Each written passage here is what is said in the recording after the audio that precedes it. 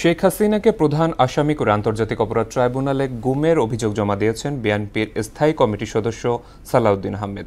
ট্রাইব্যুনালের চিফ প্রসিকিউটরের কাছে অভিযোগ জমা দেন তিনি। এদিকে আদালত অবমাননায় পত্রিকায় বিজ্ঞপ্তি প্রকাশের পরও ট্রাইব্যুনালে হাজির হননি শেখ হাসিনা। আগামী 19 জুন এ মামলার চূড়ান্ত শুনানি। আরও জানাচ্ছেন কাজী পাপ্পু। মঙ্গলবার সকালে আন্তর্জাতিক অপরাধ ট্রাইব্যুনালের চিফ প্রসিকিউটরের কাছে অভিযোগ জমা দেন বিএনপির স্থায়ী কমিটির সদস্য সালাউদ্দিন আহমেদ। দলীয় ব্যস্ততা আর তথ্য উপাত্ত সংগ্রহ করতে সময় লাগায় অভিযোগ জানাতে দেরি হয়েছে বলে জানান তিনি। বলেন, শেখ হাসিনাকে প্রধান আসামি করে 7 জনের বিরুদ্ধে অভিযোগ দাখিল করা হয়েছে। এখানে প্রাথমিকভাবে 7 জনকে আসামি করেছি।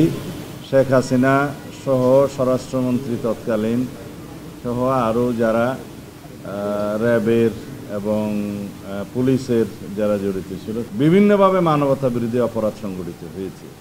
এই সমস্ত কিছুই আন্তর্জাতিক অপরাধ ট্রাইব্যুনালে যাতে মামলা হয়, যারা ভুক্তভোগী তারা যাতে মামলা করেন সেজন্য আহ্বান জানাচ্ছি। ওয়ালটন আবারও মিলিয়নিয়ার অফারে ওয়ালটন ফ্রিজ কিনে আপনিও হয়ে যেতে পারেন মিলিয়নিয়ার। এক প্রশ্নের জবাবে তিনি বলেন, বিএনপি ক্ষমতায় আসলেও জুলাই আগস্টের বিচার ট্রাইব্যুনালে চলমান থাকবে। তবে এতগুলো বিচার করার জন্য আমাদের হয়তো ভবিষ্যতে আরও ট্রাইব্যুনাল বাড়াতে হবে, প্রসিকিউশন টিম বাড়াতে হবে, ইনভেস্টিগেশন টিম বাড়াতে হবে। এগুলো আমাদের প্রতিশ্রুতি, জাতির কাছে সমগ্র জাতির প্রত্যাশা। আমাদের প্রতিশ্রুতি তো বটেই, এগুলো কন্টিনিউ করতে হবে।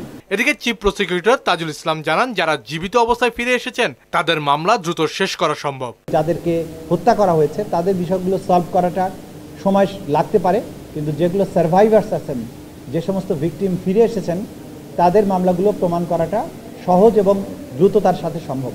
অন্যদিকে আদালত অবমাননায় পত্রিকায় বিজ্ঞপ্তি প্রকাশের পরও ট্রাইব্যুনালে হাজির হননি শেখ হাসিনা।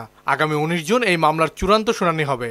আর চানখারপুলে আনাস সহ 6 জনকে হত্যার মামলায় ডিএমপির সাবেক কমিশনার হাবিবুর রহমান সহ পলাতক 4 আসামিকে 22 জুনের মধ্যে হাজির হতে পত্রিকায় বিজ্ঞপ্তি প্রকাশের নির্দেশ দিয়েছে ট্রাইব্যুনাল। আদালত ন্যায় বিচারের স্বার্থে আরেকটা শেষ সুযোগ দিয়েছেন। কাজী পাপ্পু, মোহনা সংবাদ, ঢাকা।